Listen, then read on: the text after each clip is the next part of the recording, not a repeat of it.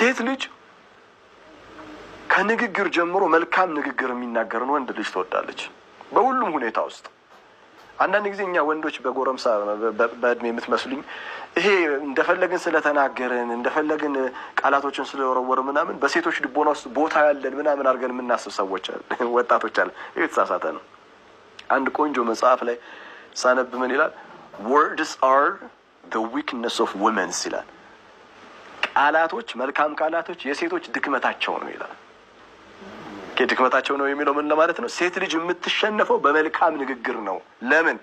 ሴትነት በራሱ መልካምነት ስለሆነ ውስጡ ያለው መልካም ስለሆነ የምትነግራት መልካም ቃል ከሷ ውስጥ መልካምነት ጋር እንትን ነው ኢንተርኮኔክትድ ያደርጋል።